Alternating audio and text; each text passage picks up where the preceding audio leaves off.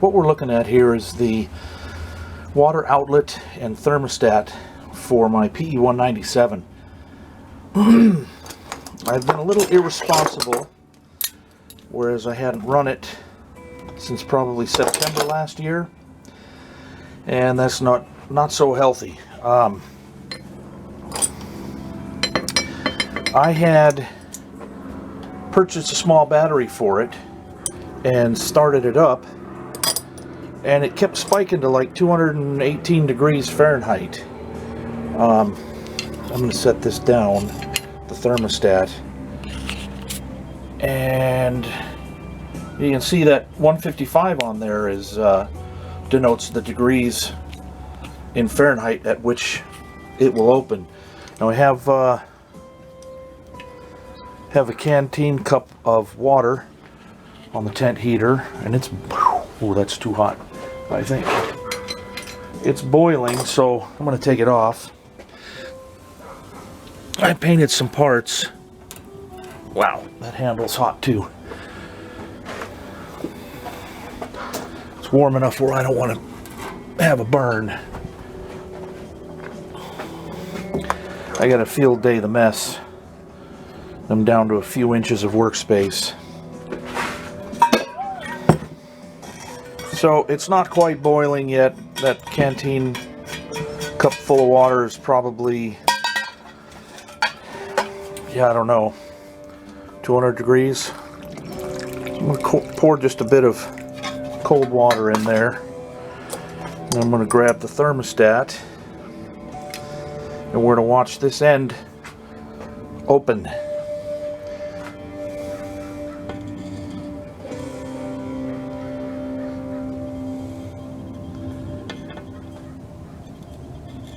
Perfect. The lens steamed up. Just a moment. There. So, oh, cripes. Yay. That's typical.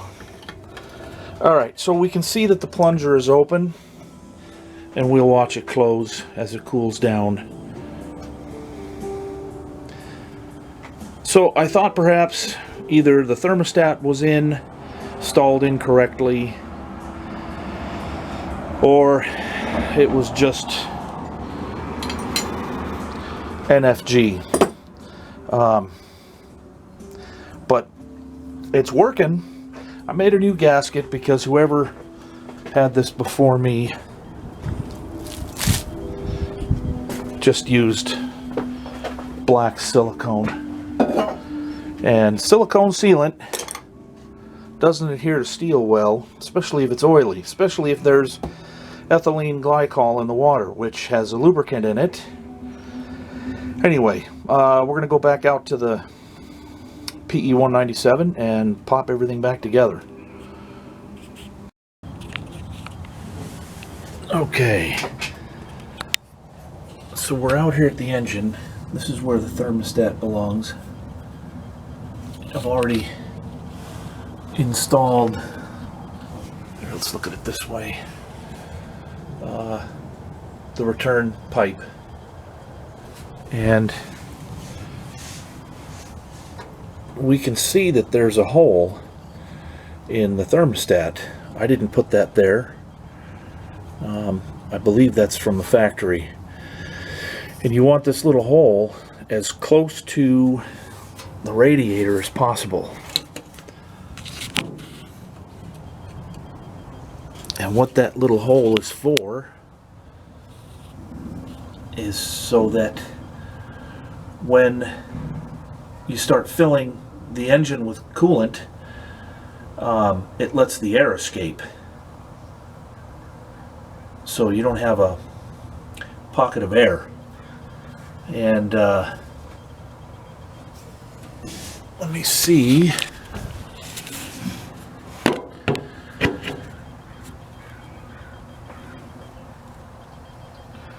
Well, it's tough to see in there. Here's my new gasket.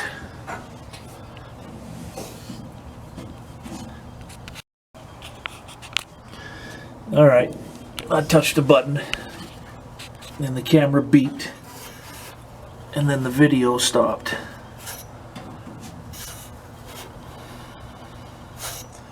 It's tight quarters in here with a camera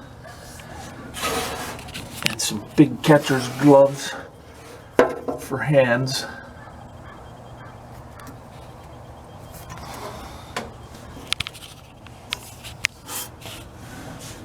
The lock washers that were here were flat. They weren't, so I've got a couple of new ones. They were definitely worn out.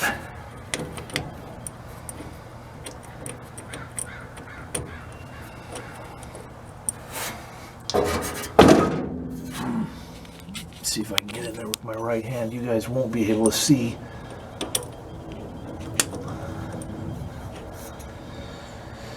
All right, just a moment. There we go. I think that's got it now.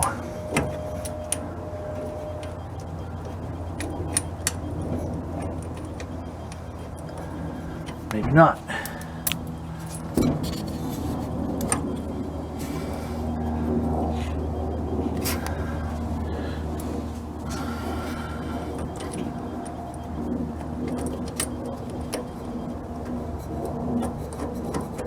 There we go. All right, I got that one started.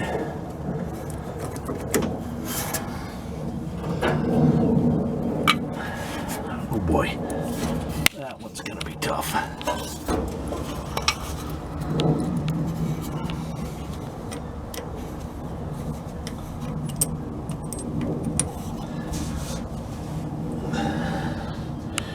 All right, time out. Alright, I got the thermostat housing back in place. I couldn't do it one-handed, so you guys didn't get to see that. But I did fill some water into the radiator, and there's a very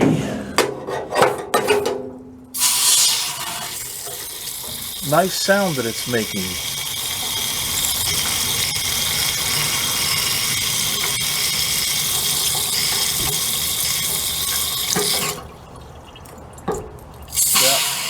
Not doing it anymore. You can hear the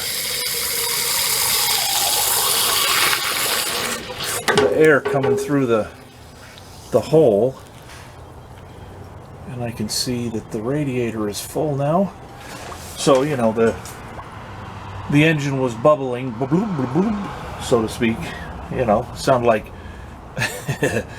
when Curly would drink water out of that 5-gallon glass jug. Glue, glue, glue. Uh-oh. Oh, I forgot to tighten down a screw. So we're having a little bit of drippage here. No problem. Yep, that's what happens when you get excited. Okay, so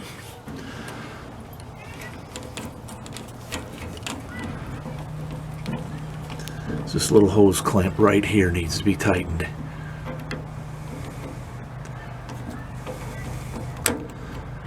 Piece of garbage.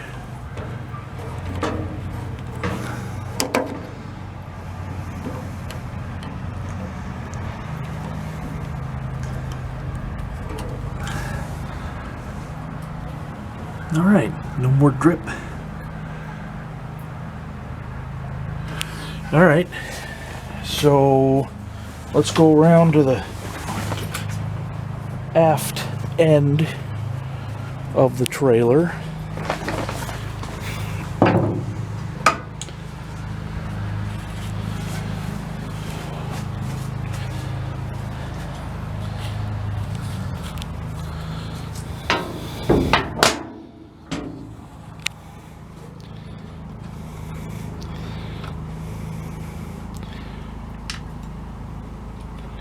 Connect up the battery.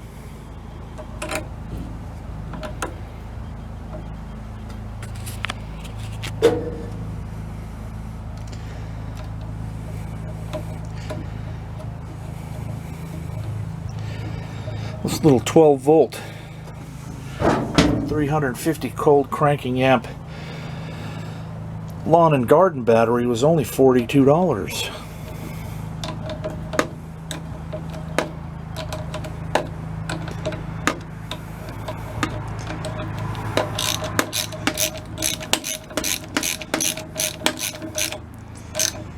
Okay, snug, but not super tight. I gotta remove the... I hope I don't melt. I hope I don't melt my shop in a box. I'll be right back. Okay, this is what I went to go get. This is a section of muffler pipe that came out of the Weasel, and I saved it for this purpose. So it'll fit right on over there. And now it's pointing at the door, not straight up at the roof. Turn the fuel on. I gotta change that little lever.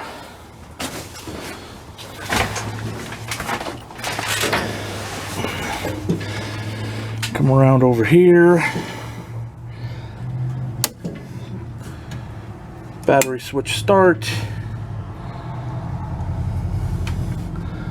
Oh.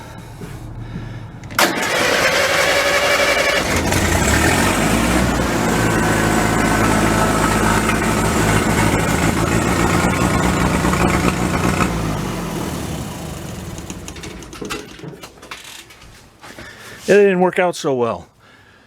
That thing spun around and pointed backwards. Oh, man.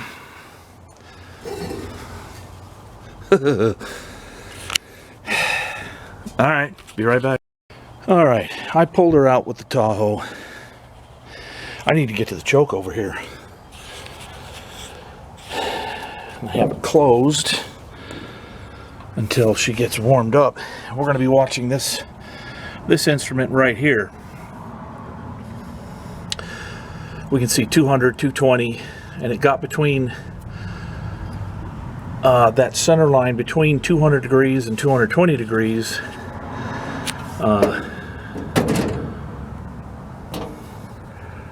The other day when I tried to run it. So let me start that over. So regulator switch provides power to the battery.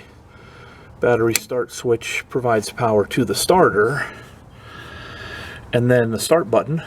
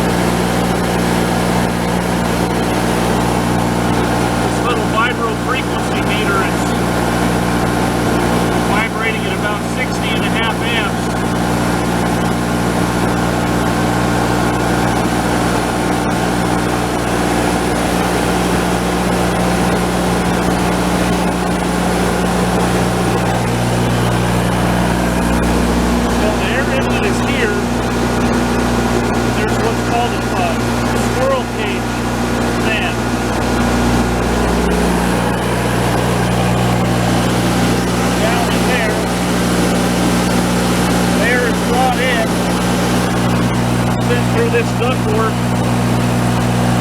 up to the radiator, and air is flowing through here.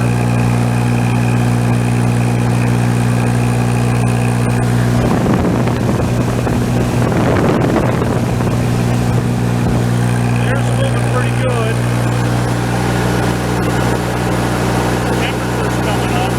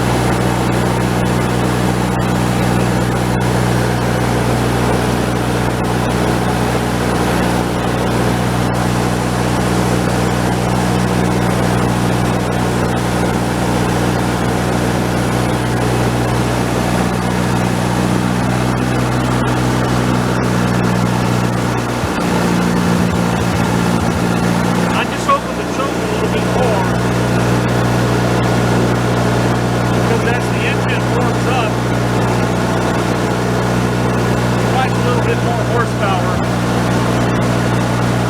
It's only rated at 11 horsepower.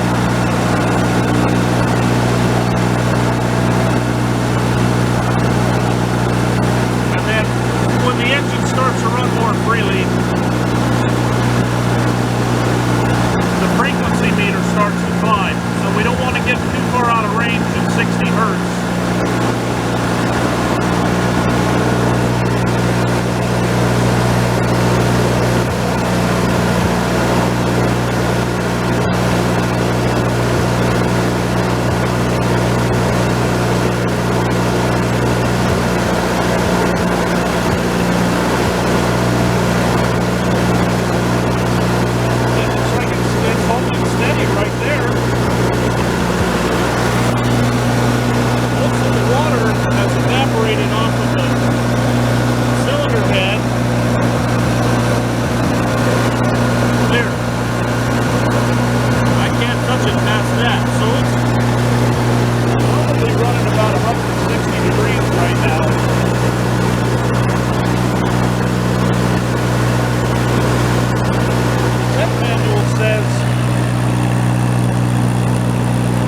Operating instructions here say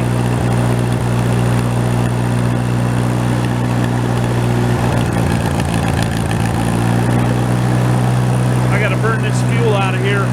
Watch the exhaust.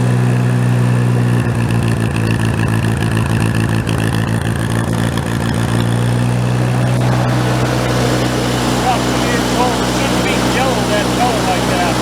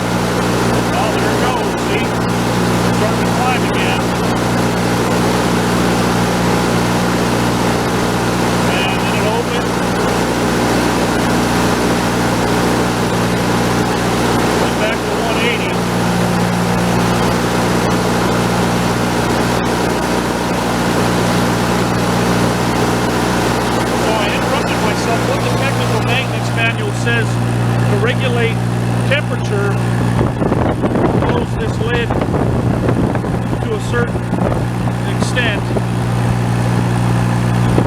Air feels warm, but not hot.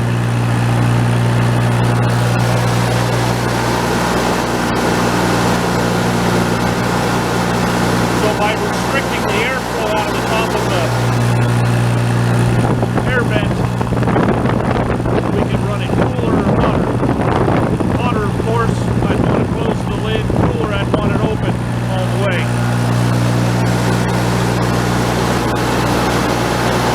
Look at that, it's climbing up again.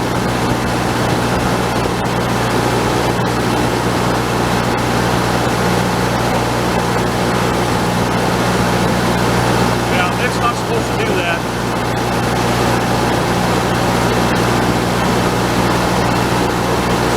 Stay steady.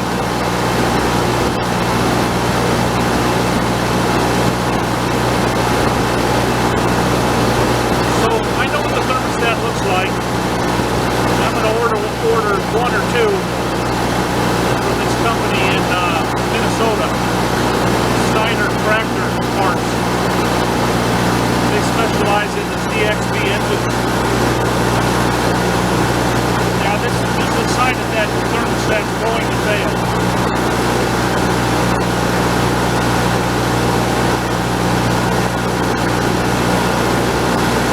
Yeah, it's not supposed to do this. It's supposed to stay steady.